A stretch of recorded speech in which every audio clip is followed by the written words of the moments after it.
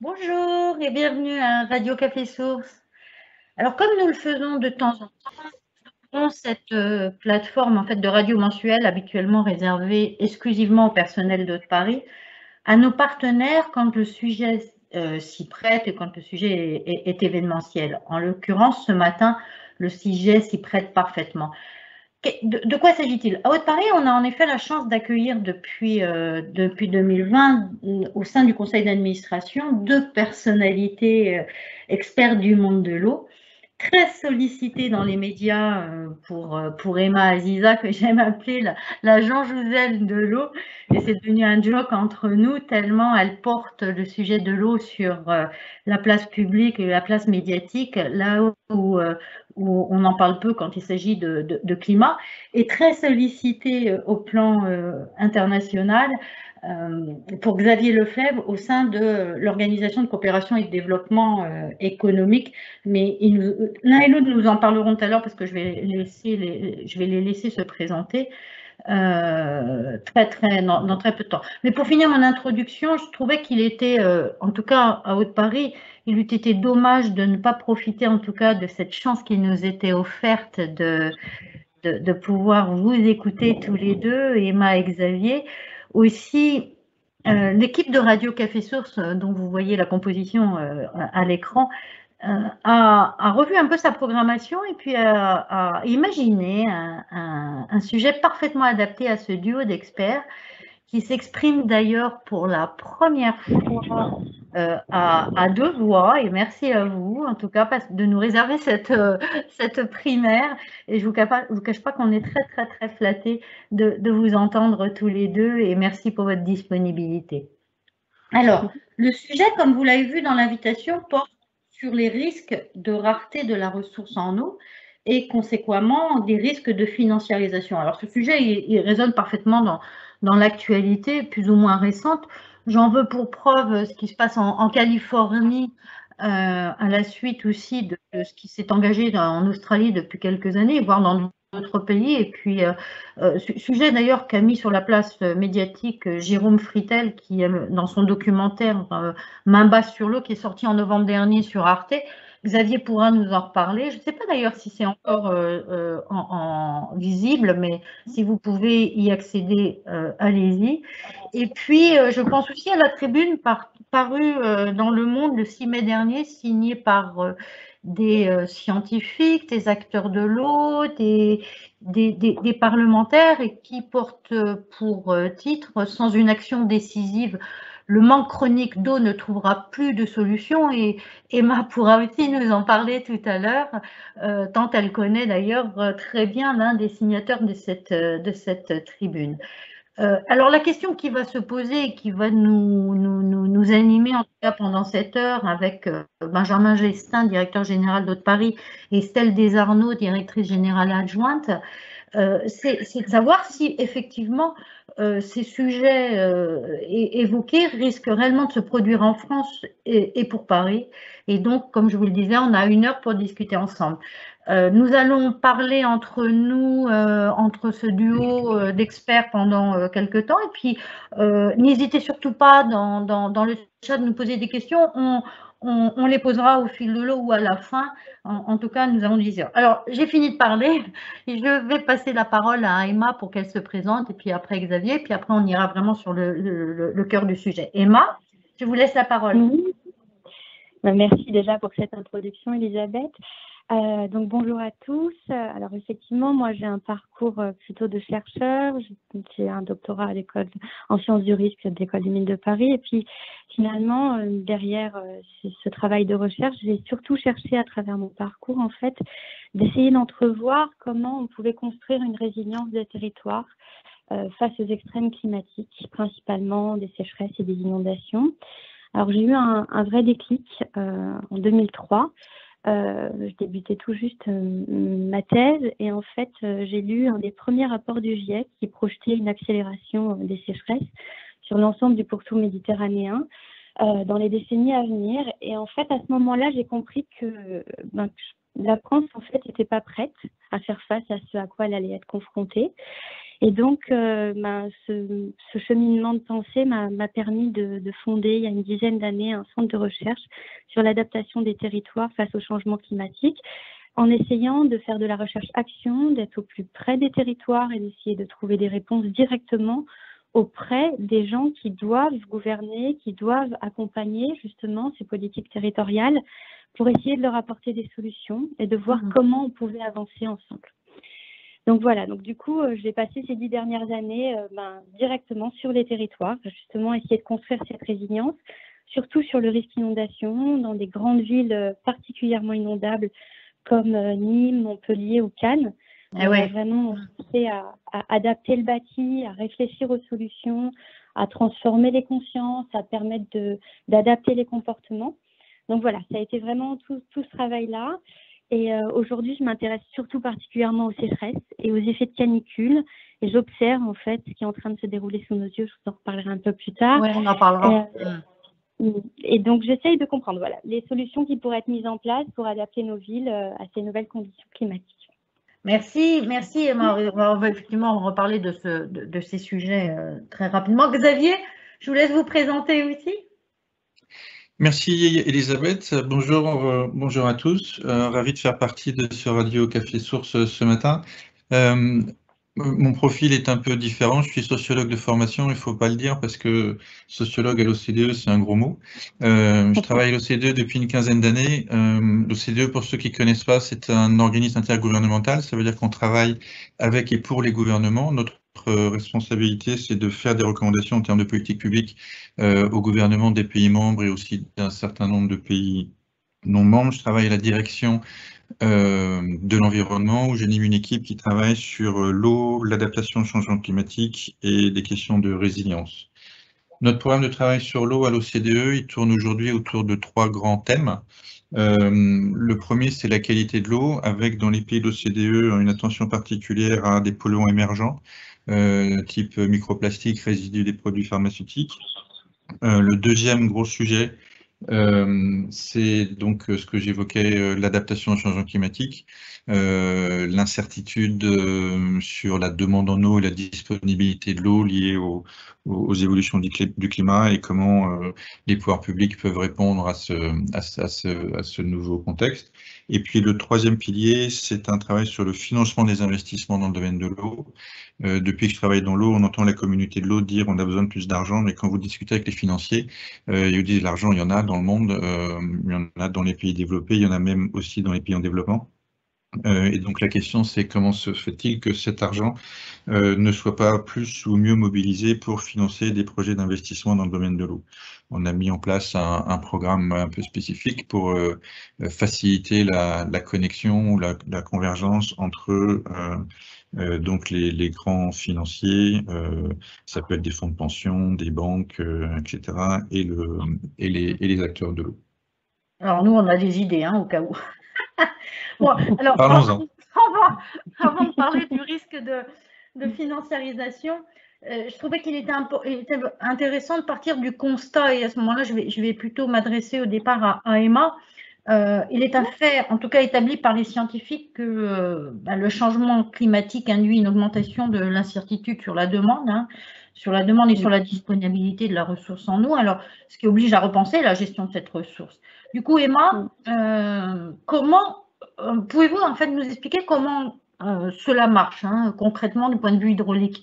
Serons-nous, et en plus, est-ce qu'on va être touché à Paris, en Île-de-France, à Paris? Alors ça, c'est le côté un peu Haut-de-Paris qui s'exprime. Alors déjà, en fait, il y a un grand paradoxe quand on parle de la question de l'eau, parce que finalement, il y a toute l'eau qu'on a sur Terre, tout ce volume disponible, il est quasiment constant depuis l'époque des dinosaures à nos jours. On en perd un tout petit peu en haute atmosphère, mais on en regagne aussi. On en perd un peu dans les eaux de subduction, dans le manteau profond, mais on en regagne aussi. En tous les cas, ça ne manque pas d'eau. On a toujours un volume constant. Et cette eau, elle passe d'un réservoir à un autre par le jeu du cycle de l'eau. Mais on a aujourd'hui quelque chose qui est nouveau et qui nous arrive. Et effectivement, on est en train de basculer dans une situation où on est sur du soit trop, soit du trop peu. Alors en fait, quand on regarde en France ou en Europe, on a toujours de toutes les façons connu une variabilité naturelle sur le plan climatique. Parfois, on a même eu des sécheresses majeures. Si on remonte dans l'histoire, en 1303, on traversait le Rhin à pied. On a même connu des grandes sécheresses sur le bassin parisien. Entre 1800 et 1826, on avait des sessions de sécheresse tous les 3 ans, continues sur une longue période d'une trentaine d'années. Et en fait, on a toujours connu un climat variable. Plus on descend dans le sud de la France, et plus le climat est aride, et plus finalement cette variabilité elle est forte. Quand vous regardez le pourtour méditerranéen, vous avez des pluies diluviennes avec des crues éclairs, et puis croisé à ça, vous avez des effets de sécheresse avec des feux de forêt. Mais là, ce qui se déroule sous nos yeux, en fait, c'est quelque chose qui est très particulier. Et c'est vraiment une amorce qui a démarré il y a à peu près 5 ans. On a vraiment des sécheresses chaque année.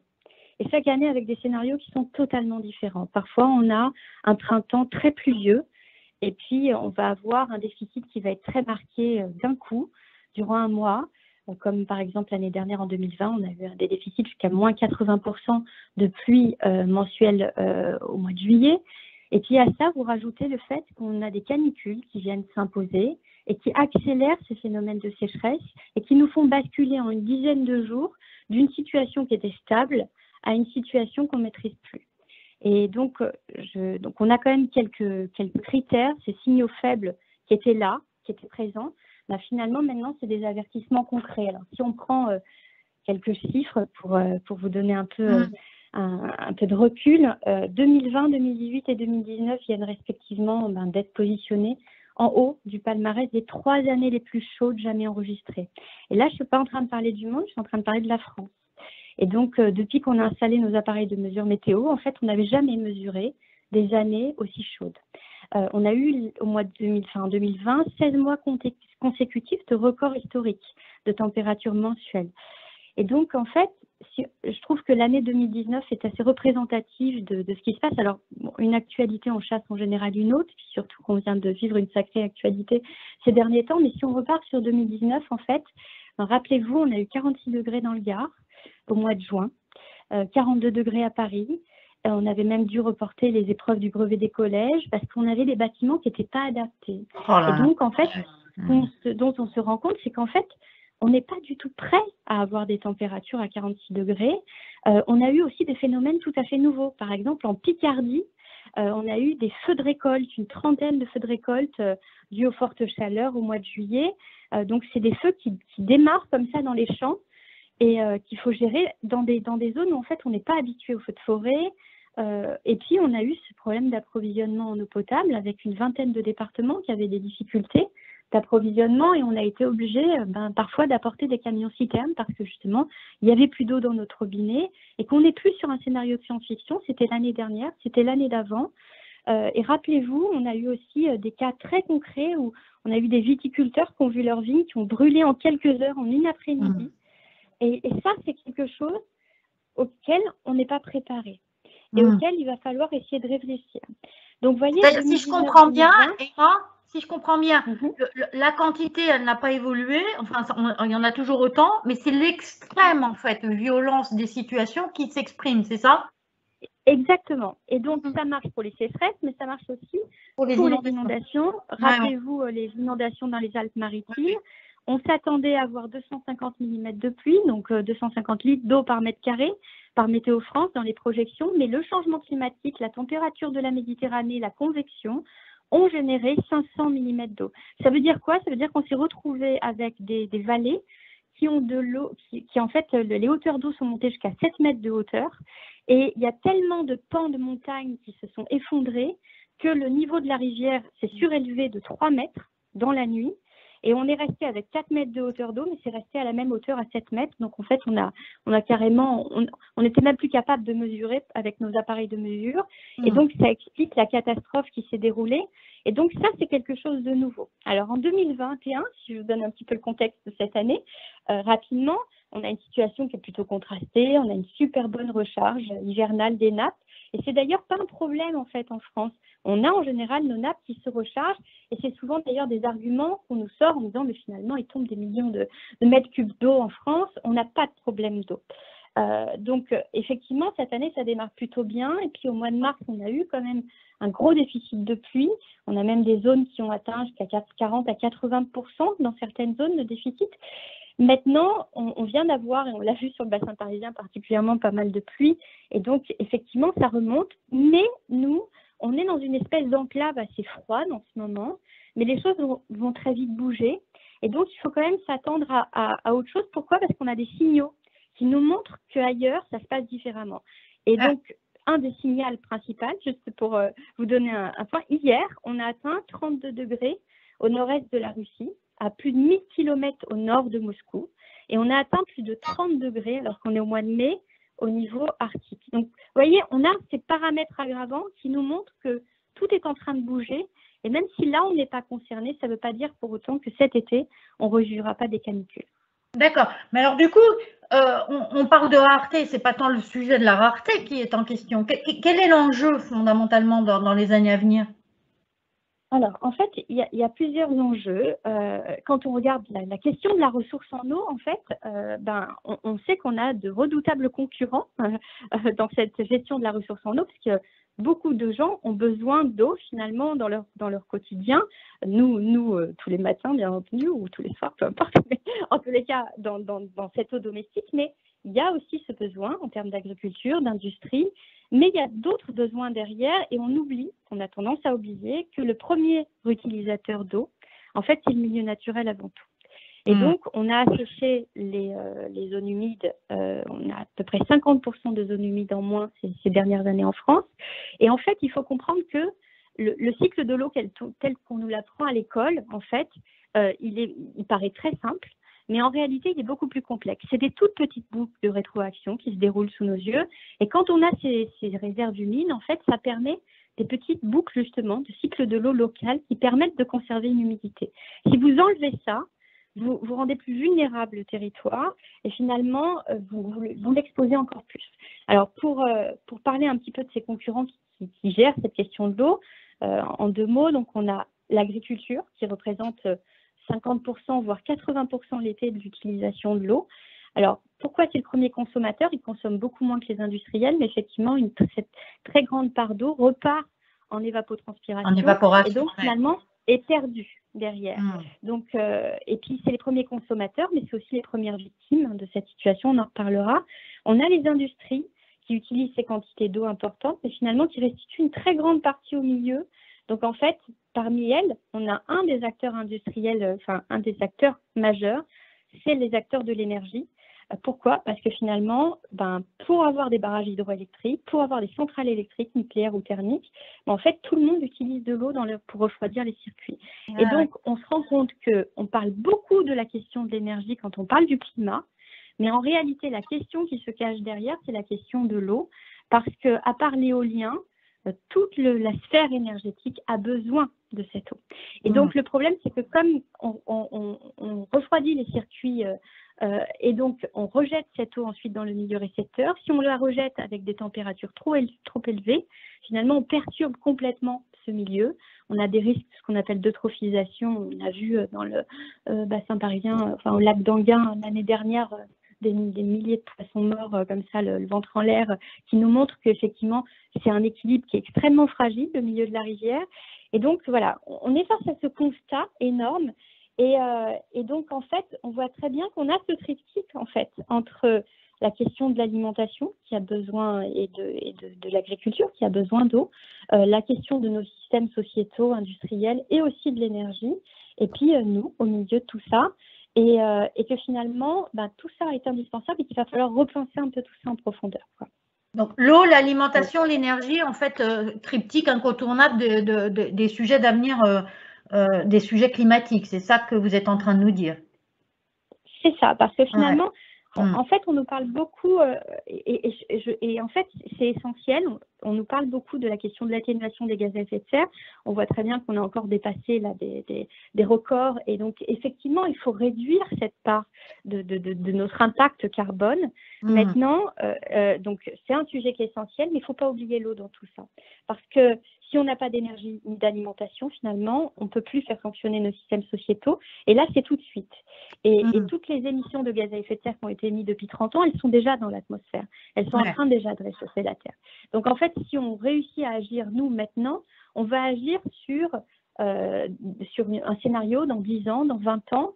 Et puis, il faut faire attention avec la manière dont on communique sur la question du climat parce que je pense qu'en fait, on ne comprend pas ce qu'on nous raconte. Il y a beaucoup de gens qui sont… En fait, si on veut réussir à changer les consciences, il faut que les gens puissent avoir ce niveau de connaissance. Il faut qu'ils aient conscience de ce qui est en train de se dérouler sous nos yeux. Et je pense qu'on a souvent abordé la question climatique uniquement en parlant du scénario d'1,5 degré, du scénario à 2100 de 7 degrés, maintenant 8 degrés. Et donc, en fait, le problème, c'est que les gens ne comprennent pas ce que ça veut dire, un scénario d'1,5 degré.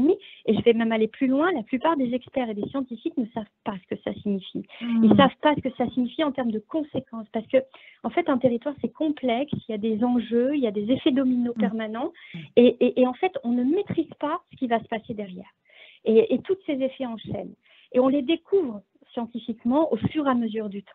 Et donc, en fait, je pense qu'on doit juste revoir un petit peu notre copie pour essayer de communiquer autrement, pour essayer de faire comprendre en quoi on doit devenir résilient sur le plan alimentaire, en quoi on doit repenser notre manière de fonctionner, mais justement sans agir sur cette notion souvent de culpabilité qu'on utilise à tout va, parce qu'aujourd'hui, on angoisse, on veut voyager, on veut manger, on veut conduire, on angoisse dans tous les gestes de notre quotidien, et on a l'impression qu'on est épié de partout, qu'on est montré du doigt, et il y a beaucoup de gens, et j'ai fait une étude dernièrement dessus, justement en France, pour essayer de comprendre ce que pensaient les gens sur le changement climatique, et on est très très loin des discours scientifiques, on est très très loin de certains microcosmes qui ont compris effectivement les enjeux essentiels. Il y a des gens qui ne comprennent pas. Et tant qu'on ne fédère pas cette population avec nous, eh ben finalement, on ne peut pas faire avancer les choses. On a besoin de tout le monde. Emma, du coup, le temps tourne. Avant de passer la parole à Xavier, parce que j'ai une question du coup en rebondissement sur les risques de… Enfin, comment on gère finalement cette ressource, non pas rare, mais finalement de plus en plus mal distribuée. Qu'est-ce qui se passe exactement en France en préparation de l'atelier, vous aviez évoqué l'effet de continentalité et l'importance du vent dans ces évolutions du climat. Oui. Alors, si on regarde juste l'Île-de-France, puisque du coup, on est à Haute-Paris, en fait, au niveau du bassin Seine-Normandie, ça semble plutôt assez protégé finalement par rapport à ce qu'a vécu la France ces dernières années. Et en fait, je pense qu'il faut quand même essayer d'avoir une vision prospective et essayer d'envisager des nouveaux scénarios. Et donc, effectivement, il y a un des facteurs qui est peu connu et pourtant qui est essentiel. Et il a été très, très peu étudié, mais il est connu des hydrologues dont je fais partie. Donc, c'est l'effet de continentalité. Et en fait, cet effet de continentalité, c'est la manière dont les pluies vont arriver depuis un océan en direction d'un continent et comment le cycle de l'eau va perdurer à l'échelle du continent. Et donc, je vous prends effectivement deux exemples. On a le Brésil, qui est un des géants de l'eau. Et en fait, si vous regardez exactement à la même latitude, vous avez la Namibie, qui est un désert. Alors, pourquoi le Brésil, lui, est un géant de l'eau et pourquoi la Namibie est un désert? En fait, effectivement, ça s'explique par le sens des vents. Parce qu'au Brésil, en fait, les vents dominants ont tendance à aller depuis l'Atlantique en direction des terres. Alors que la Namibie, en fait, on a des vents qui partent des terres et qui vont en direction de l'océan. Et donc, en fait, ça explique le différentiel colossal. Et en fait, on vit nous aussi ça sur notre façade atlantique. Alors, habituellement, on était habitué à des séries de dépressions. On en a d'ailleurs en ce moment beaucoup sur la façade atlantique. Et donc, ces pluies qui sont amenées justement depuis l'Atlantique vers les terres, elles vont permettre des pluies sur Brest, mais ces pluies sur Brest ensuite vont s'évaporer. Et donc, cette évaporation, en fait, va être poussée par le sens des vents entre l'ouest et l'est. Et donc, ça va permettre d'avoir des pluies sur Strasbourg. Et donc, on voit très bien qu'avec les scénarios qu'on a eus ces dernières années, on a eu des séries de situations anticycloniques qui font que si vous avez une dépression, ça tourne dans un sens, un anticyclone, ça tourne dans l'autre. Donc, nécessairement, le vent repart dans l'autre sens. Et donc, on a un effet, en fait, de sèche-cheveux avec le fait qu'on perd cette eau et on se retrouve avec tout le Grand Est qui se retrouve complètement déficitaire en eau et avec des états de sécheresse majeure. Donc, c'est des paramètres dont il va falloir tenir compte. Et c'est important de regarder la tête en l'air et de regarder les gaz à effet de serre et notamment nos émissions carbone. Mais c'est aussi important de garder les pieds sur terre et la tête sur nos territoires pour essayer de comprendre ce qui se joue et essayer de tout de suite mettre en place des solutions parce que les solutions, il faut les envisager à 5 ans maximum. Il faut arrêter d'envisager de se dire finalement on a jusqu'à 2050, on a jusqu'à 2100. C'est pas parce que les projections climatiques vont à 2050 que pour autant nous on ne doit pas agir avant. Et surtout que la question d'adaptation ça met beaucoup de temps. Donc voilà, un petit peu pour vous c'est passionnant. Un ordre d'idée. Passionnant. Du coup, c'est un joke pour Benjamin et Estelle, ça nécessite en fait notre partenariat avec nos relations étroites avec Joseph Hermal, en tous les cas. De la Bretagne à Strasbourg, on a une zone de rayonnement importante. Alors du coup, je vais... merci Emma, hein, c'est passionnant et on vous écouterait des heures et des heures pour essayer de comprendre comment ça fonctionne. Mais alors, si je comprends bien, rareté, pas forcément, le terme n'est pas adapté, plutôt répartition et violence dans les événements.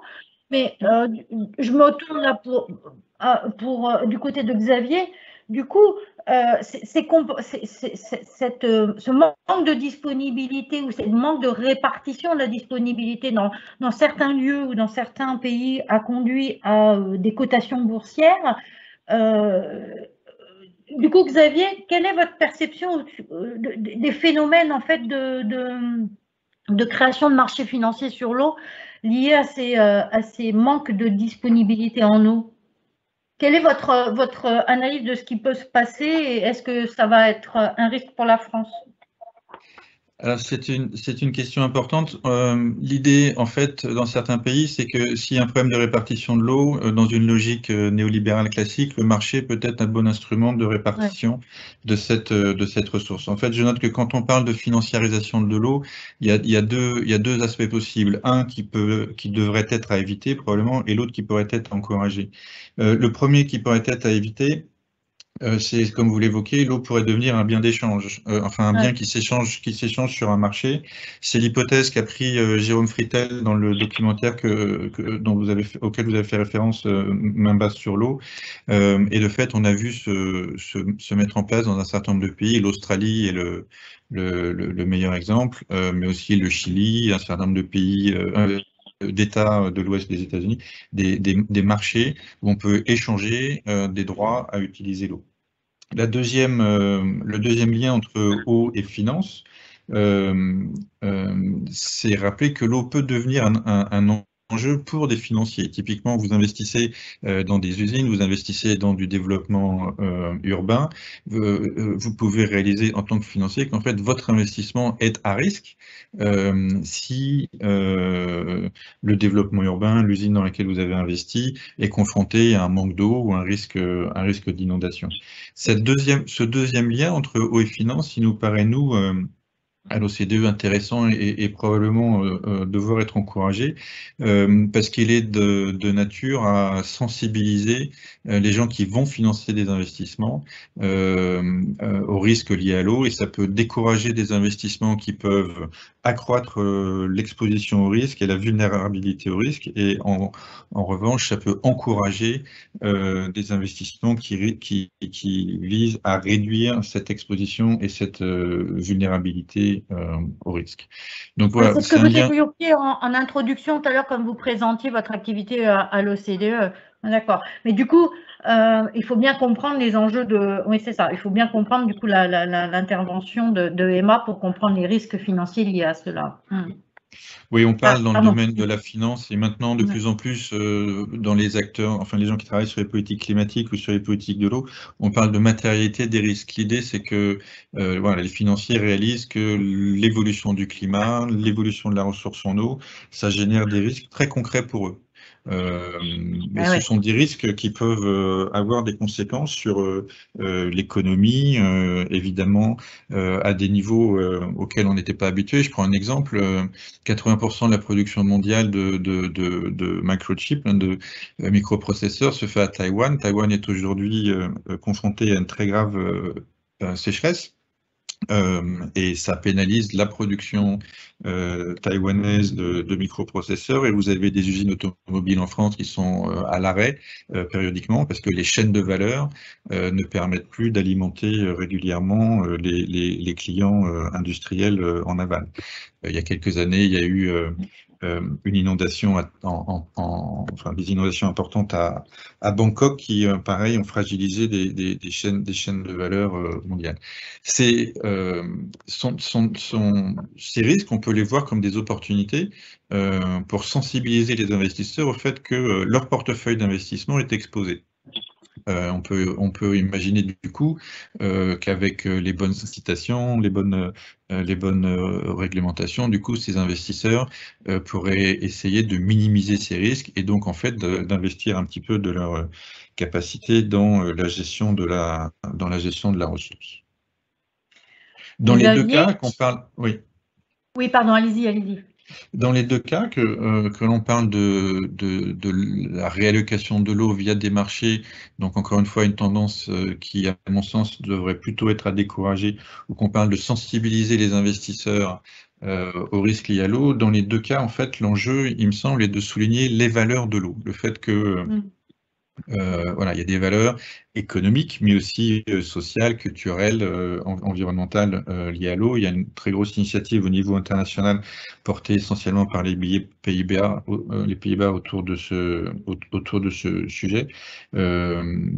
Alors évidemment, ça pose un certain nombre de questions parce qu'on a tendance à supposer que valoriser l'eau, ça veut dire au final mettre un prix sur l'eau, ce qui est en partie vrai, mais le prix de l'eau, enfin c'est un concept et c'est une notion un peu différente. Et le deuxième écueil, c'est ce que j'évoquais tout à l'heure, supposer que les marchés sont le bon instrument pour fixer la valeur de l'eau et organiser les échanges de ces droits à l'eau. De fait, ce que j'évoquais. Oui, c'est exactement ce que vous évoquiez tout à l'heure. Mais du coup, est-ce que c'est un risque pour la France, justement, de voir émerger ces marchés financiers? On ne sait pas de quoi l'avenir est fait. Il me semble que c'est peu probable. Pour plusieurs raisons. D'abord, enfin, ces marchés, il y a alors sur la financiarisation au sens, enfin donc des marchés de droit à l'eau, il faut voir que on a fait une enquête sur ces questions-là à l'OCDE il y a quelques années. Il y a très peu de pays en fait où ces marchés existent d'un point de vue formel. Il y a pas mal de pays en fait où ils existent d'un point de vue informel. Et la France est un des cas. Je voudrais évoquer ici la question des OUGC, ce qu'on appelle, donc c'est les organismes uniques de gestion collective.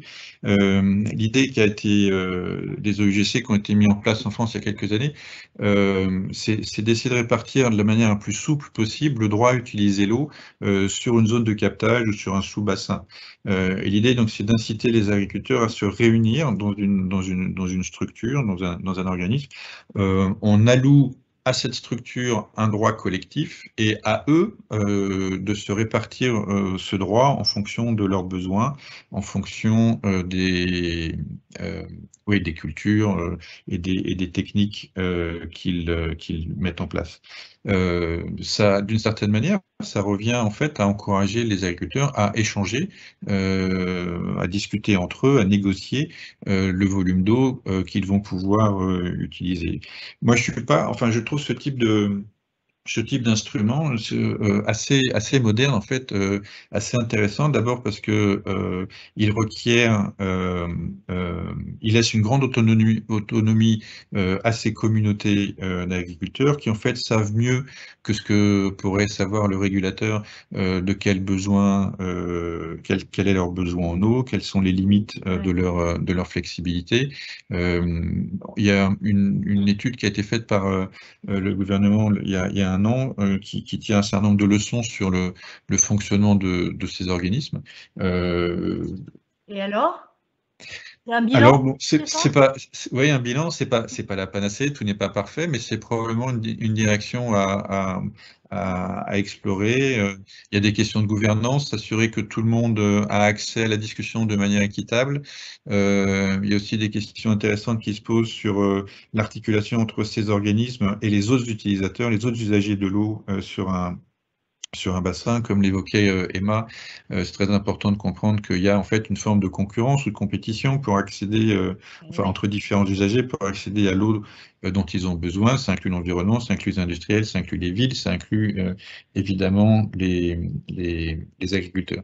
Donc il y a des questions juridiques peut-être à affiner, des questions de gouvernance à clarifier, mais cette idée d'en fait, de responsabiliser un petit groupe d'usagers et leur donner plus de flexibilité pour négocier entre eux les volumes d'eau qu'ils pourraient utiliser, c'est une direction qui paraît pertinente. Ça revient à attribuer des sortes de quotas, finalement. Benjamin Oui, me pose la question de savoir quelle est la réalité du contrôle, en fait, techniquement et politiquement. Effectivement, on accorde des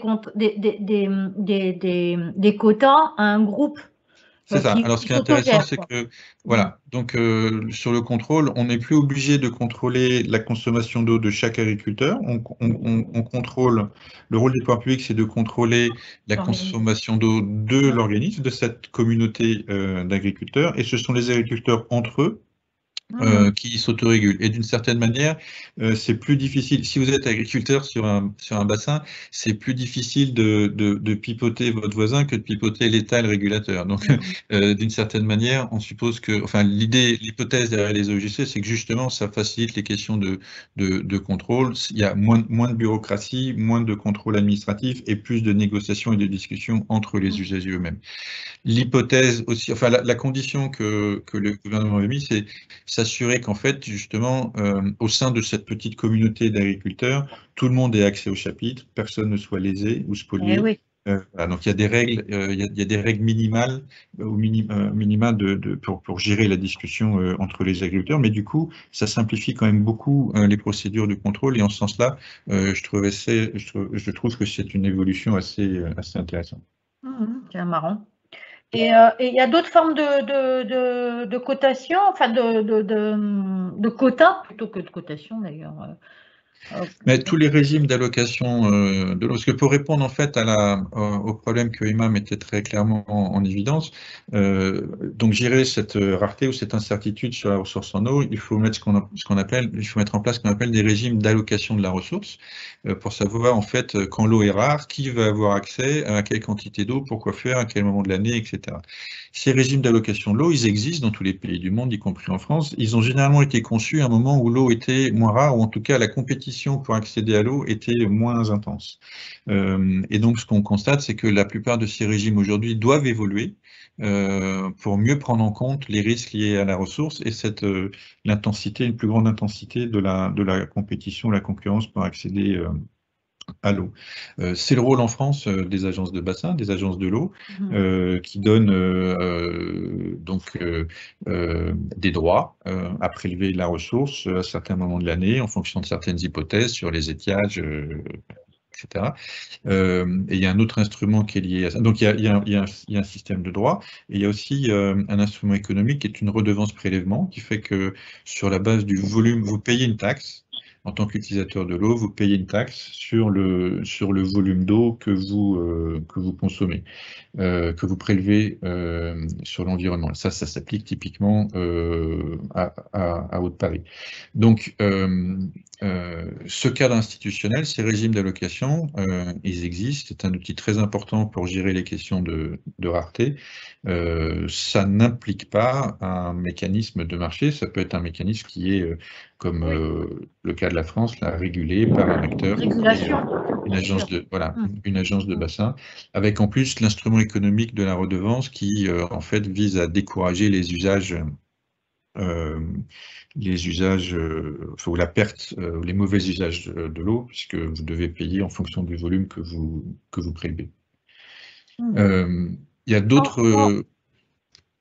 Pardon Xavier, du coup, en préparant ce Radio Café Source, vous aviez évoqué aussi l'idée de moins ponctionner l'eau. Est-ce que c'est une alternative qu'il faut envisager plus sérieusement avec le développement de la reuse ou...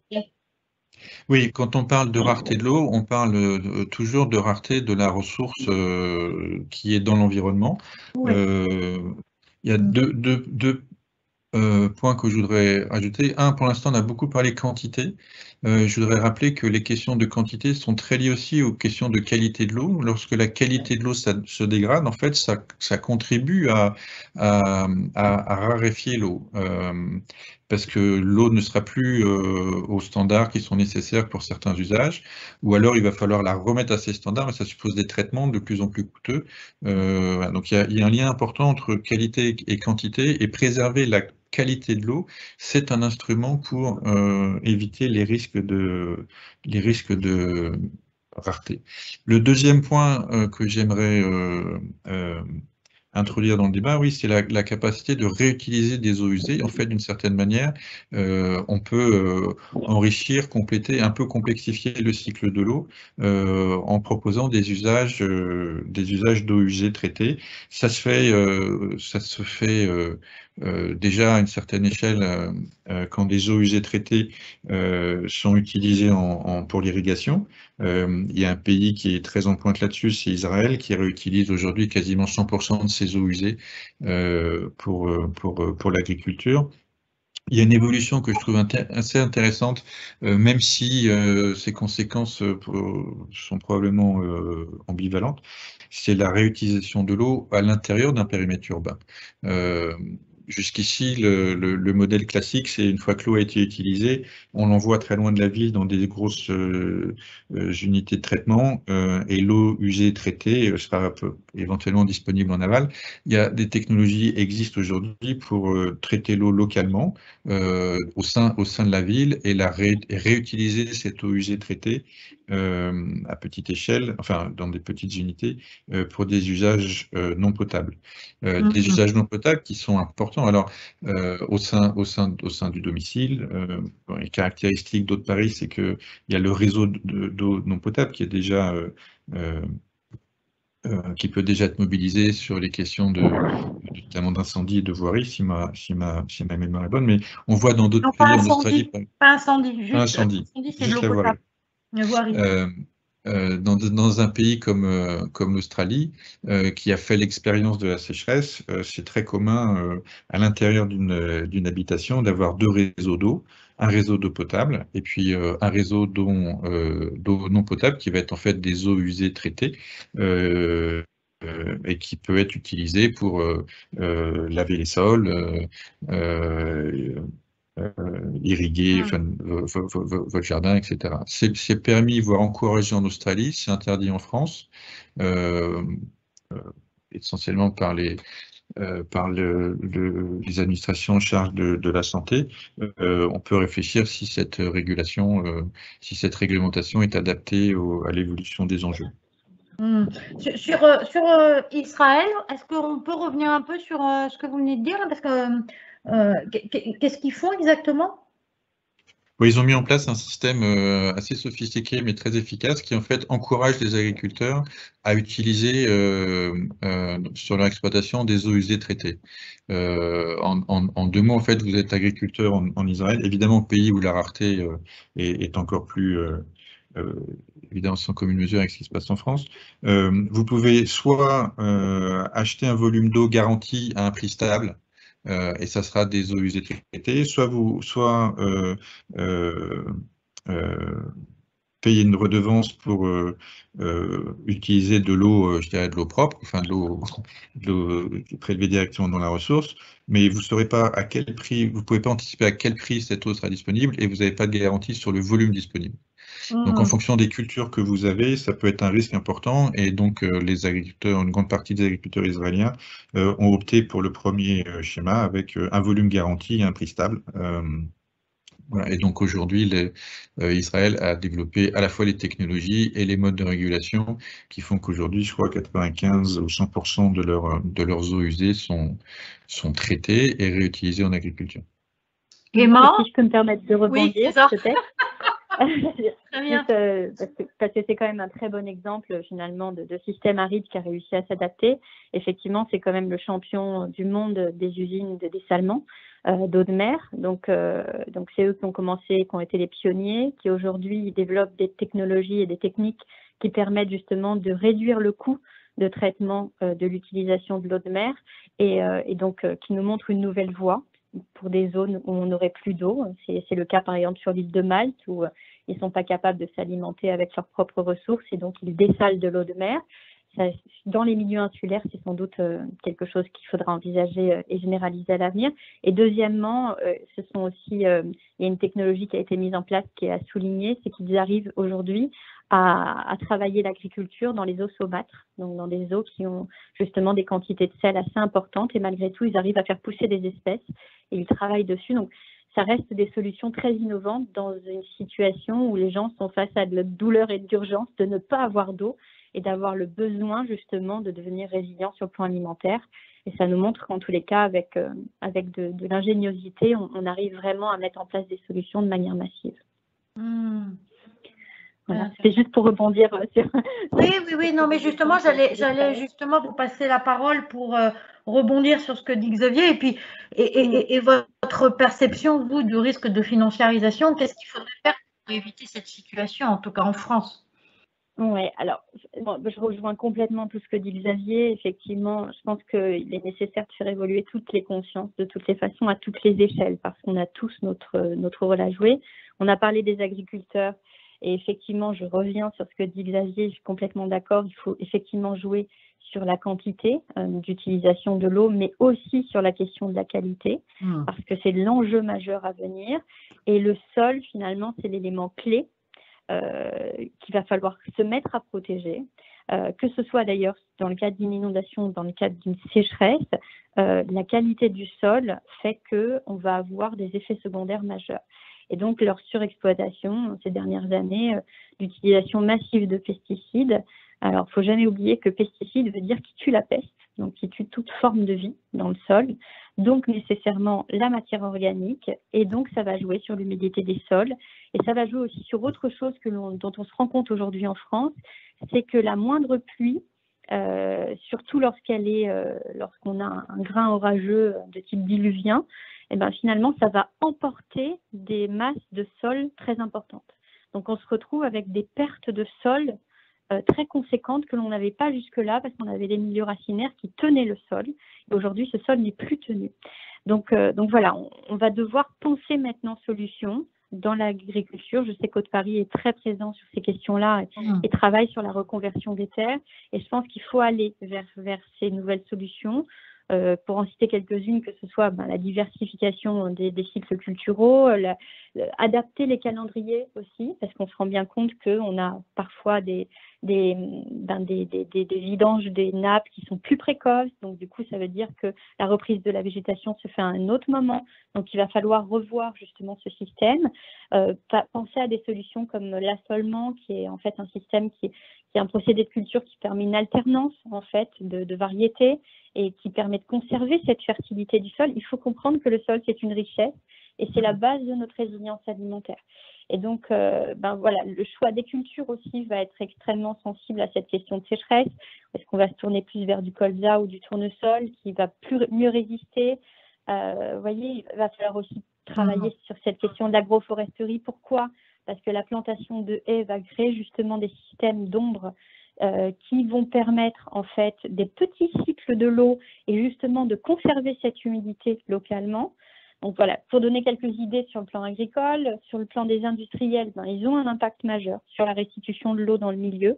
Et donc cet impact, il va falloir qu'ils le travaillent, peut-être justement par de nouveaux systèmes de refroidissement, par le fait d'utiliser moins d'eau, en tous les cas de la refroidir avant de la restituer au milieu récepteur, parce que ça a des conséquences aussi majeures. Et puis nous, à notre échelle, alors on a effectivement ce dont on parle beaucoup parce qu'on a beaucoup généralisé cette question de l'économie d'eau. Comment on a des récupérateurs d'eau maintenant à l'échelle de notre parcelle, dans notre jardin. On a ce système de reuse qui effectivement sans doute se développe dans certains pays, aussi au Japon, mais qui effectivement n'existe pas aujourd'hui ici et qui serait une réponse dans certaines zones. Mais je crois qu'il y a aussi une autre question, finalement, cette autre question, c'est finalement l'eau que l'on consomme. Et en fait, il y a une eau qui est cachée derrière tout ce que l'on consomme, parce que 90% de l'eau que l'on consomme, en fait, c'est de l'eau virtuelle. Et donc, nous, on a l'impression, en tant que bons Européens moyens, que, allez, on va dire, on consomme en moyenne 250 litres d'eau par personne en eau domestique. Les industriels en consomment 550 litres par jour. Et puis, par contre, le système agricole, lui, il en consomme entre 3000 et 5000 litres d'eau agricole par jour et par habitant. Et là, c'est un vrai problème parce que finalement, on a de l'eau qui est cachée dans nos assiettes, on a de l'eau qui est cachée dans nos vêtements. Et le problème, c'est que l'impact vient d'ailleurs. C'est-à-dire que on a tellement l'habitude d'aller au supermarché et de consommer finalement des produits qui ont consommé de l'eau, mais qui l'ont consommé dans d'autres pays, qu'on ne se pose pas la question de cette résilience alimentaire. Le problème, c'est que ces autres pays aujourd'hui, en fait, présentent des situations préoccupantes de sécheresse. On peut parler de l'Asie, de l'Inde. On a aussi des géants de l'eau comme le Canada, qui est aujourd'hui en train de vivre une des plus grandes sécheresses. Je vous donne juste juste en 2021, là, sur le mois qui vient de passer, depuis l'île de Vancouver jusqu'au Mexique, on a une sécheresse record. Il y a 93% de la Californie qui est actuellement encore en train de connaître une sécheresse extrêmement grave. Et ce sont des pays qui nous alimentent aussi justement en produits alimentaires ou autres et qui ont besoin d'eau. Et lorsqu'ils n'en ont plus, finalement, sur quoi on va pouvoir compter? C'est un petit peu la question de ce qui s'est passé en Chine avec le Covid. Finalement, quand les producteurs chinois ne peuvent plus nous envoyer leurs produits, effectivement, comment le magasin du coin va pouvoir se réalimenter en produits? Et là, on se pose cette question de comment est-ce qu'on recrée cette résilience à notre échelle? Comment est-ce qu'on va pouvoir justement essayer d'entrevoir les choses différemment? Et je crois qu'en fait, on a aujourd'hui un enjeu qui est majeur. Alors donc, en moyenne, il y a des études qui ont été menées qui montrent qu'un Européen moyen consomme entre 5000 et 7000 litres d'eau par jour cachés dans tous les produits qu'il consomme. Et donc, en fait, il va falloir réfléchir à étiqueter cette question de l'eau, parce que cette question de l'eau, au-delà de la financiarisation, elle a un enjeu majeur. Et donc, en fait, je crois qu'il y a deux grands défis auxquels on va devoir faire face. Il y a cette diminution de la ressource dont on a parlé. Et si ce n'est pas chez nous, c'est de toutes les façons ailleurs, mais parfois dont on dépend en fonction de l'importation de nos produits alimentaires. Et puis deuxièmement, il y a un deuxième grand défi pour moi qui est le plus grand à venir. Et il va falloir qu'on prenne conscience de ça et qu'on se focalise là-dessus. C'est l'augmentation des besoins alimentaires en fait qui est due à l'évolution démographique mondiale. Et en fait, et le pire, c'est si certains pays comme la Chine ou autres décident de changer leur mode de consommation, de consommer plus de viande, de consommer en mode très européen. Parce qu'en fait, d'ici 2050, il va falloir les nourrir, c'est 8 à 10 milliards d'individus. Et donc, pour pouvoir les nourrir, il va falloir avoir des systèmes agricoles résilients qui puissent les nourrir, des sols qui soient fertiles, qui permettent justement de s'adapter à ces extrêmes. Et aujourd'hui, on en est encore loin. Et pourquoi? Parce que je pense qu'en fait, on a trop souvent, trop longtemps, dans nos politiques, notamment en France, maintenu des systèmes agricoles qui en fait sont voués à leur, qui sont en train d'être voués à leur perte, mais en fait qui ont joué sur les peurs. On avait la peur de manquer, la peur que tout le monde puisse plus nourrir, et donc on nous disait il faut produire du maïs à tout va, il va falloir produire derrière de la viande. Le problème, c'est que ça fonctionnait dans l'après-guerre. Aujourd'hui, on est en 2021, on est face à de nouveaux constats. Il va falloir vraiment réfléchir à justement permettre cette prise de conscience. Et je trouve vraiment louable ce que fait l'action que fait Haute-Paris. Et j'étais vraiment heureuse d'aller sur le terrain pour voir justement ces actions. Et vraiment, je pense qu'il faut aller dans ce sens-là. Il faut penser la reconversion des terres. Et puis, je rajoute encore un dernier petit point, la reconversion des terres au niveau continental, c'est une chose, mais aussi la reconversion de tous ces terres et de tous ces terrains dans les zones qui sont justement dans les bordures littorales, qui, elles, sont confrontées à un nouveau phénomène de surélévation du niveau d'eau, d'accroissement du risque de submersion marine. Et donc, en fait, on a ces multiples risques qui arrivent. Et en fait, un risque, on peut être résilient à partir du moment où on a compris contre quoi on veut se protéger et qui on veut protéger. Et je pense que c'est vraiment la question qu'il faut qu'on se pose aujourd'hui et que, enjeu par enjeu, on travaille sur ces enjeux pour essayer de la construire, en fait. Voilà. Merci beaucoup Xavier et Emma, en tout cas Emma sur ces explications. En écoutant Emma, je me disais, sans faire du chauvinisme, hein, pardon pour ceux qui nous écoutent et qui ne seraient pas à Haute-Paris, mais que finalement le modèle un peu vertueux qu'on a à Haute-Paris, c'est-à-dire à partir de l'eau, faire, pardon Benjamin, je réutilise ma phrase préférée bien plus que de l'eau, c'est-à-dire de l'agriculture bio, en aidant les agriculteurs partenaires d'Haute-Paris à se convertir et à développer, à pérenniser leur filière de produits issus de cette conversion, et puis en faisant de l'énergie ou en essayant de produire de l'énergie locale grâce à l'eau ou à nos installations. C'est un système assez vertueux du coup, et ça fait écho à ce que vous dites, Emma. Du coup, l'enjeu du siècle qui serait eau, alimentation, énergie, finalement, Haute-Paris a embrassé ça enfin, de manière assez pionnière, si je comprends bien. Quoi. Ouais. Je pense que c'est assez intéressant parce qu'effectivement, votre vocation première, c'était sans doute pas celle-là. Et quand on réussit à créer des liens entre les différents systèmes, je pense qu'on réussit à créer de la cohérence. Vous avez une aire de captage, mais vous avez aussi des acteurs sur cette aire de captage, et en les sensibilisant et en travaillant avec eux, vous construisez en fait cette... oui. En fait, c'est encore plus vertueux que ce qu'on vient d'évoquer, parce qu'il faut rajouter un élément qui est l'atténuation du changement climatique.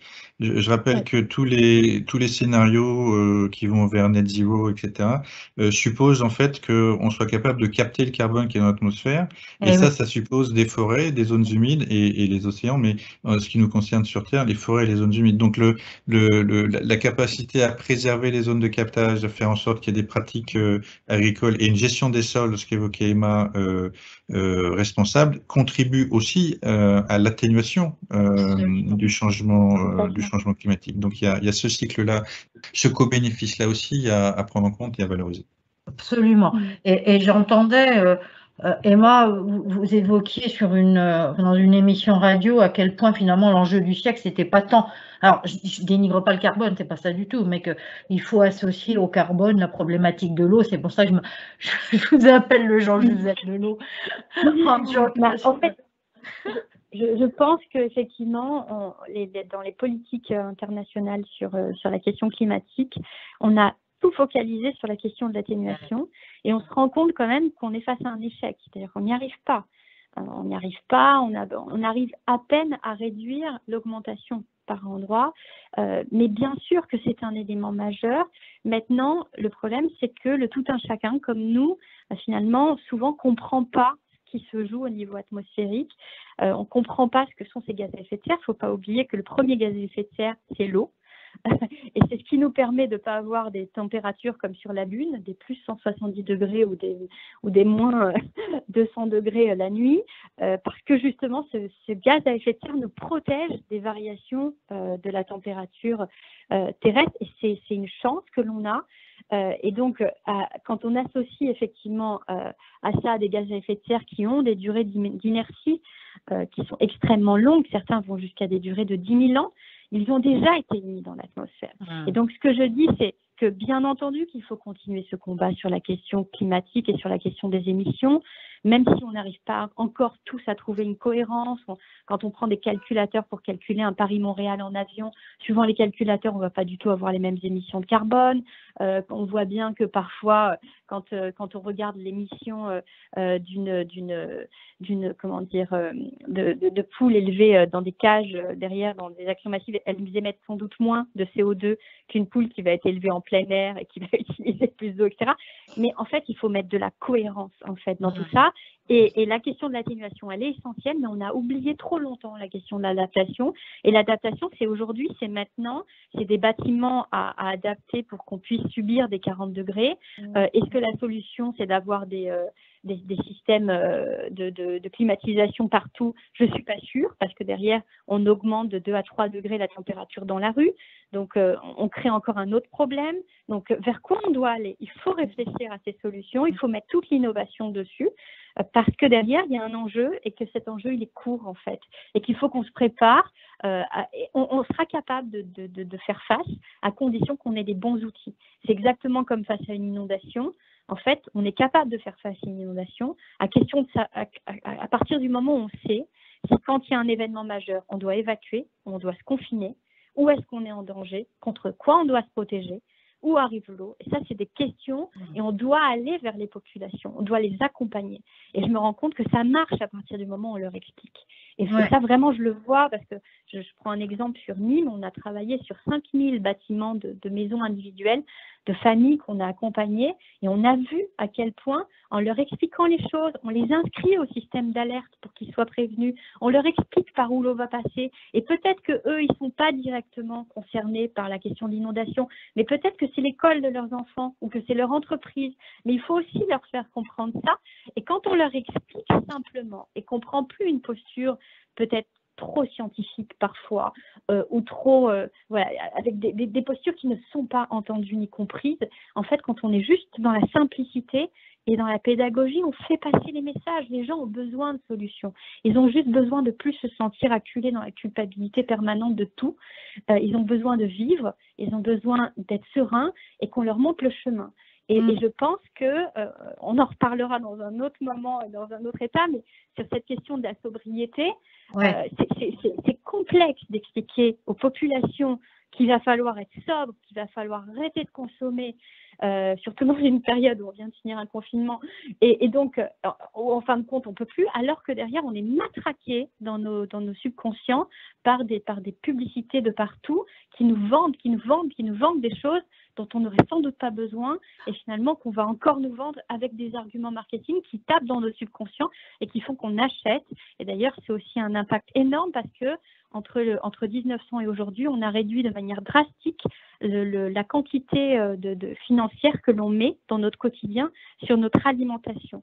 On trouve que le bio, c'est trop cher, que c'est pas. Mais finalement, pourquoi? Parce que derrière, on paye des royalties sur toutes les marques des systèmes packagés que l'on a autour et on utilise aussi beaucoup d'argent souvent sur d'autres systèmes.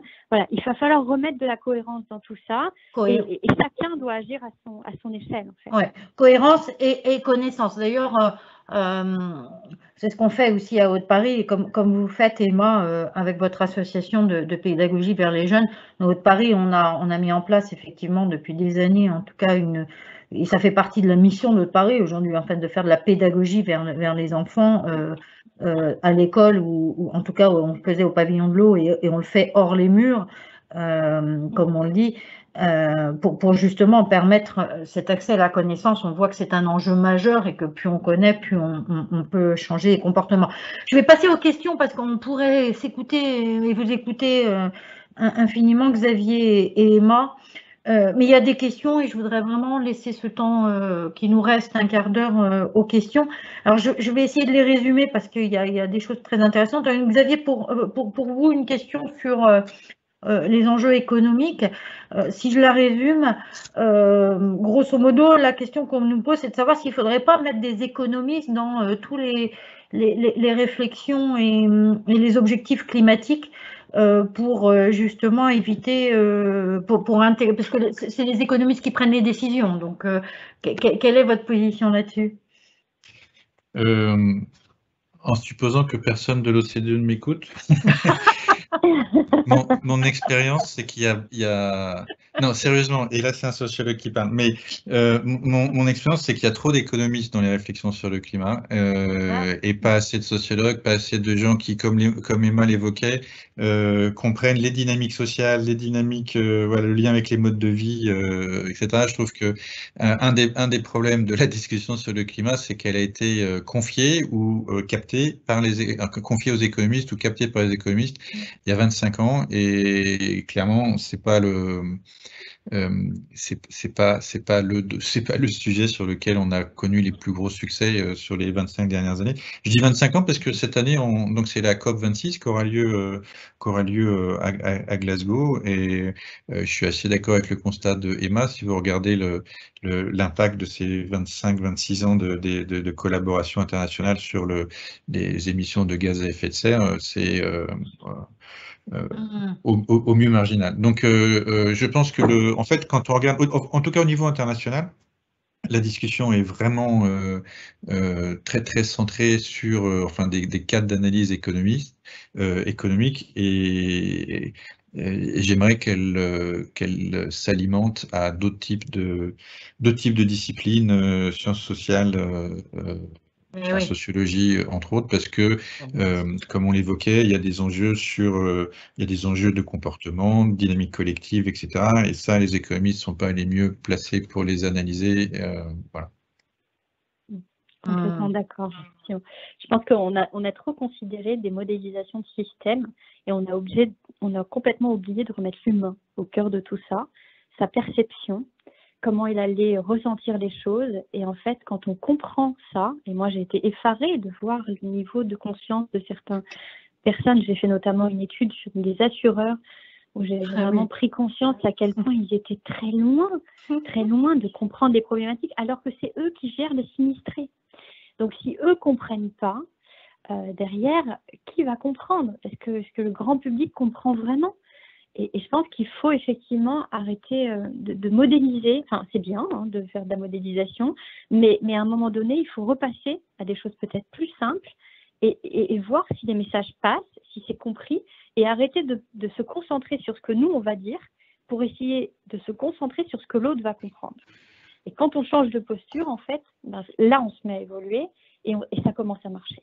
Et pour rebondir, Elisabeth, sur ce que vous disiez sur les enfants, effectivement, en parallèle du centre de recherche que j'ai créé une dizaine d'années, j'ai créé aussi une association qui a formé 70 000 enfants aux questions des économies d'eau, aux questions du risque inondation et des gestes qui sauvent, et sur les questions depuis 5 ans, alors il y a 5 ans on n'en parlait pas du tout, de la question du changement climatique à leur échelle. Et je peux vous assurer qu'il y a des résultats qui sont assez incroyables.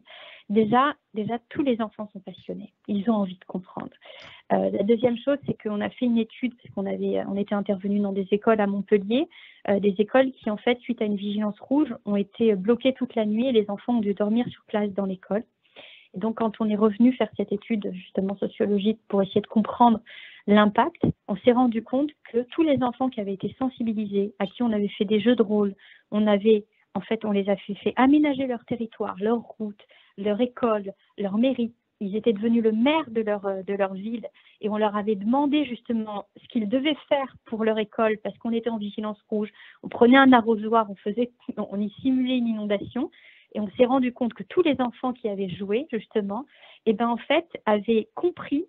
Et à partir du moment où on comprend, on ne subit plus. À partir du moment, en fait, on subit, on est en phase post-traumatique quand on ne comprend pas ce qui nous arrive, quand on ne sait pas quels sont les tenants et les aboutissants, parce qu'on est complètement perdu. Mais quand on comprend, finalement, on gère. Et on s'est rendu compte qu'il y avait un impact phénoménal sur ces enfants qu'on avait sensibilisés. Et je pense que, et deuxième chose, ces enfants qu'on sensibilise, c'est aussi les parents qu'on sensibilise derrière, parce que les enfants reviennent chez eux. Et alors, c'était très marrant parce qu'on a sensibilisé des enfants de maires, des enfants d'agents de la région, des départements, des gens qui travaillaient sur ces questions-là. Et les gamins revenaient, ils voulaient tous devenir hydrologues. Et c'est génial parce que finalement, ils comprenaient l'enjeu de leur rivière, ils comprenaient aussi leur territoire, ils comprenaient leur bassin de vie. Je crois qu'on a des gamins aujourd'hui qui sont intelligents, qui sont là. C'est des petits génies en puissance qu'il faut les remettre au cœur de tout ça. Ils grandissent aujourd'hui avec un iPhone dans les mains ou un iPad ou des tablettes ou des jeux et ils sont dans un monde virtuel. Il faut aussi les remettre dans ce monde réel et leur permettre de comprendre quels sont les enjeux de leur bassin de vie et comment eux, ils peuvent devenir des citoyens de demain apprenants et qui eux-mêmes transmettront derrière, quoi. Ouais. Je reviens sur l'enjeu. Il y a d'autres questions là, je voudrais vite parce que le temps tourne. Sur l'enjeu des assureurs, on avait évoqué le sujet avec Benjamin. Il y a vraiment, et Xavier d'ailleurs, il y a vraiment une question autour de ce sujet-là, du risque assurantiel et de la matérialité du risque pour qu'ils prennent conscience. On fera un atelier des métamorphoses sur le sujet peut-être un jour. En tout cas, c'est un vrai sujet à aborder. J'ai une question, Xavier et Emma, sur l'agriculture. Il y en a beaucoup sur l'agriculture. Je lis la question hein, pour ne pas trahir la pensée. Ne faudrait-il pas mettre un fort coup d'accélérateur vers une transition agroécologique des modes de production agricole, moins gourmands en eau, qui offre un stockage de carbone et de l'azote accru? Tout cela alors que la PAC 2023-2027 ne semble pas être à la hauteur des enjeux énumérés depuis 40 minutes. Voilà la question qui est posée. Xavier, Emma, Xavier, au niveau de l'OCDE, est-ce qu'il y a une action à faire? Emma, sur l'agriculture. Oui, très, très brièvement, et je laisserai Emma, qui connaît peut-être ça, apportera un éclairage différent. Il y a des actions hein, en cours, notamment à l'OCDE. J'ai des collègues à la direction de l'agriculture qui travaillent beaucoup là-dessus. La PAC a quand même beaucoup évolué. Elle n'est peut-être pas encore tout à fait en phase avec les enjeux, mais il y a quand même des évolutions importantes. C'est effectivement la direction vers laquelle il faut aller. Deux points. Un, c'est on sait où on veut aller. La question, enfin le challenge, c'est la transition. Comment migrer du système actuel à un système plus vertueux. Le deuxième point, à mon avis, qu'on aurait pu évoquer sur ces questions-là, c'est la question de la chaîne, comment dire, la chaîne de valeur ou la chaîne logistique dans l'agriculture. Il ne faut pas oublier que 50% de ce qui est produit en agriculture n'arrive pas à l'assiette des consommateurs dans le monde. Il y a 50%? Ouais, il y a un gâchis phénoménal et donc là il y a des gains sans modifier aucunement la pression sur les ressources, etc. En optimisant les techniques de stockage, la logistique et la gestion des flux, on peut déjà avoir un impact assez important sur la sécurité alimentaire sans produire plus. Comme dit Benjamin l'autre jour, c'est d'où la relocalisation de la production C'est un et de la des éléments de gestion que réponse. ça évoque. Voilà, exactement. Emma, rapidement sur ce sujet. Je rejoins complètement Rapidement, Xavier, effectivement, au-delà de ça, la question du gaspillage alimentaire au sens large, c'est des quantités d'eau phénoménales qui sont jetées à la poubelle. Deux choses que j'ai pu noter. Il y a quelque chose qui est nouveau et qui arrive, c'est le monde des financiers qui commence à s'intéresser de plus en plus à la reconversion des terres. Il y a des fonds qui sont en train de se créer pour racheter des terres agricoles et pour justement reconvertir en bio et qui donnent une valeur à l'eau souterraine, aux eaux superficielles et à la qualité de la terre et qui mise dessus. Donc ça, c'est quand même un point assez positif, à condition qu'il soit réellement vertueux. Et j'ai le sentiment, en tous les cas, que ça arrive vers quelque chose de nouveau. Et deuxième chose, on a vraiment eu un débat en France ces dernières années sur des questions très locales. Vous en avez peut-être entendu parler, des retenues d'eau, des bassines. Et en réalité, ce qui est terrible, c'est que, pour reprendre un petit peu le principe d'une bassine, ce sont des agriculteurs au sens large qui vont effectivement extraire une partie de l'eau soit du milieu souterrain, soit de la rivière à côté. Et donc, effectivement, on va mettre ça dans des bâches PVC, dans des espèces d'énormes piscines géantes qu'on recouvre de PVC. On évite, en fait, justement, à l'eau de pouvoir se connecter au milieu souterrain. Et donc, ça fait un peu l'effet, si vous voulez, d'une piscine en plastique qu'on mettrait sur notre balcon, remplie d'eau, et qu'on laisserait pendant quelques semaines comme ça. Et donc, on imagine la couleur verdâtre qu'elle commence à prendre au bout de quelques semaines. Mais en fait, c'est ce qui se passe. Donc, en fait, c'est de l'eau ensuite qu'on traite. Et pourquoi on fait tout ça, plutôt que de la laisser juste dessous et de la prélever quand on aura besoin?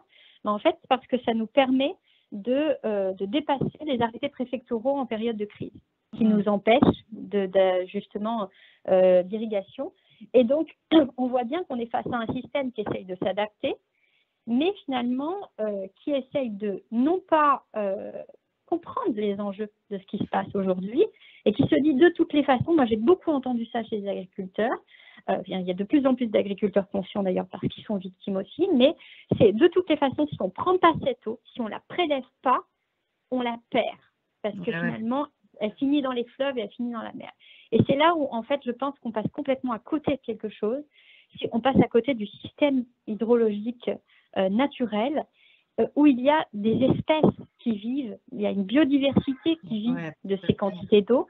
On a aujourd'hui des cours d'eau qui sont quasiment asséchés déjà là, en démarrant cette année, alors que pourtant, dans certaines zones, on a eu vraiment des quantités de pluie phénoménales. On a des nappes qui se tarissent.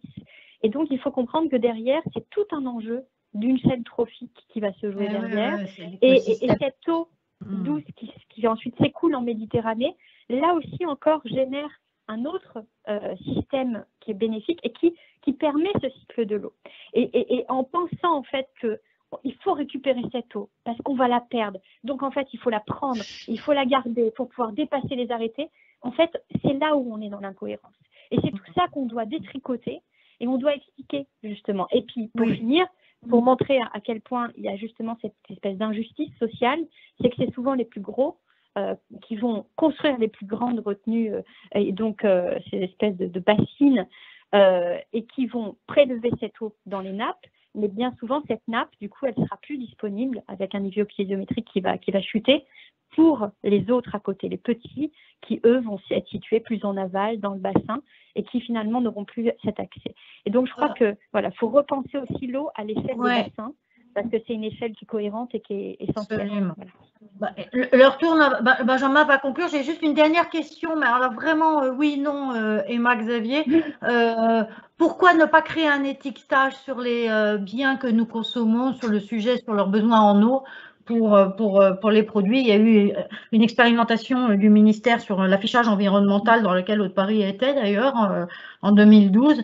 Cette expérimentation n'a pas abouti, mais du coup, la question effectivement de l'étiquetage, est-elle bonne ou pas? Oui, non. Moi, je dirais oui, tout de suite, c'est essentiel et il faut que ça apparaisse partout, il faut que les gens prennent conscience de ce qu'ils consomment et de ce qui se cache derrière ce qu'ils consomment. Oui, comme élément d'une réponse plus complexe. Ouais. Ok. Benjamin, il est 10h. Je laisse la conclusion à Benjamin. Je souffre parce que faire la conclusion d'un pareil échange, c'est quand même compliqué. Il y avait beaucoup de choses absolument passionnantes. Je vais revenir à la question initiale, qui était la question de la financiarisation. On a parlé de beaucoup de choses en abordant ce thème. Premier constat, je pense qu'il y a un consensus parmi nos intervenants et puis assez large parmi les auditeurs, j'imagine, sur le fait qu'il faut se défier de la financiarisation négative, pour revenir sur les deux financiarisations dont Xavier a parlé au début. Une financiarisation, qui serait une privatisation, un accaparement de la ressource naturelle.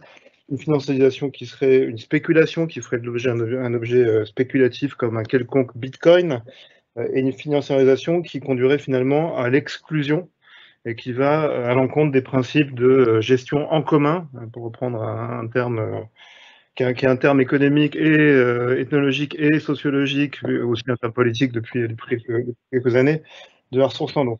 Donc pour éviter cette financiarisation bof-bof, moi, ce que je retiens, c'est de ce qu'on dit aussi Xavier et Emma, c'est qu'on peut quand même faire une espèce de petit cocorico français, haute-parisien sans doute, mais surtout français, et continuer à faire bien ou mieux ce qu'on fait déjà en matière de gouvernance, une gouvernance très partagée, très large, très démocratique de la ressource en eau. Et c'est vrai qu'en France, avec le système des comités de bassin, avec les systèmes des SDAGE et toutes les déclinaisons locales, on a quand même un temps d'avance. On a commencé dans les années 60 à faire ça. Continuer à faire mieux ce qu'on fait en matière de promotion des économies d'eau, avec une répartition des eaux qui est quand même très régulée sur le territoire français, qui est soumise aussi à des redevances de prélèvement. Alors elles ne sont pas payées de manière très équitable, ou en tout cas la répartition des paiements peut être discutée. Le principe préleveur-payeur n'est pas tout à fait appliqué de manière homogène. Et puis troisième chose, c'est ce qu'on fait aussi à Haute-Paris, c'est ce qu'on promet à Haute-Paris en défendant une gestion publique du service public de l'eau. Enfin, je sais que l'OCDE est très neutre par construction sur ces questions-là, mais nous à Haute-Paris, nous ne le sommes pas. C'est pousser vers une gestion la plus désintéressée possible, parce que la première étape pour éviter une financiarisation d'un bien commun comme l'eau, c'est quand même dans sa gestion quotidienne, qu'est-ce qu'on fait nous à Haute-Paris de manière très, très modeste, d'éviter de servir des intérêts privés en le faisant. Donc première chose, faire mieux ce qu'on fait déjà bien, c'est un mantra que vous m'avez déjà entendu sur d'autres sujets, mais je pense qu'on peut l'appliquer au sujet d'une gestion commune plutôt qu'une gestion financiarisée au sens négatif du terme. Deuxième chose, renforcer une approche globale de la question de l'eau. Ça, Emma a beaucoup insisté dessus, Xavier aussi. On ne peut pas parler d'eau sans parler d'air, on ne peut pas parler d'eau ni d'air sans parler de sol. On ne peut pas parler d'eau, d'air, de sol, d'énergie sans parler d'hommes et de femmes. Là, je pense que nous, côté de Paris, on a encore du plaidoyer à faire pour ces gestions très intégrées dans les différents composants du milieu naturel et de l'environnement qui nous fait vivre, et avec des pratiques sociales. Je ne veux pas être trop long, donc je m'arrête là. Troisième et dernière remarque, on voit bien aussi dans ce qu'ont dit Xavier et Emma dès le début qu'il y a des questions d'échelle à gérer, des questions d'échelle géographique et des questions d'échelle de temps. Il faut agir tout de suite, mais aussi prévoir sur le long terme. Il faut agir local, mais aussi au global. Il faut coordonner les différentes échelles. Donc, pour finir sur un seul mot, il y a du pain sur la planche, si on veut en avoir demain. Et on va y travailler à Haute-Paris à notre modeste échelle. En tout cas, merci. On va conclure ce Radio Café Source exceptionnellement ouvert à l'extérieur et passionnant. Merci vraiment beaucoup, Emma Aziza et Xavier Leflèvre, pour votre intervention. Les commentaires sur le chat sont très, très, très positifs et très engageants. On se retrouve là aussi de manière assez exceptionnelle le 8 juin sur un thème qui portera sur l'eau et l'espace en ouvrant cette plateforme aussi à l'extérieur. Eh ben, bonne journée à tous et puis à bientôt à Radio Café Source. Grand merci à tous. Merci, à bientôt.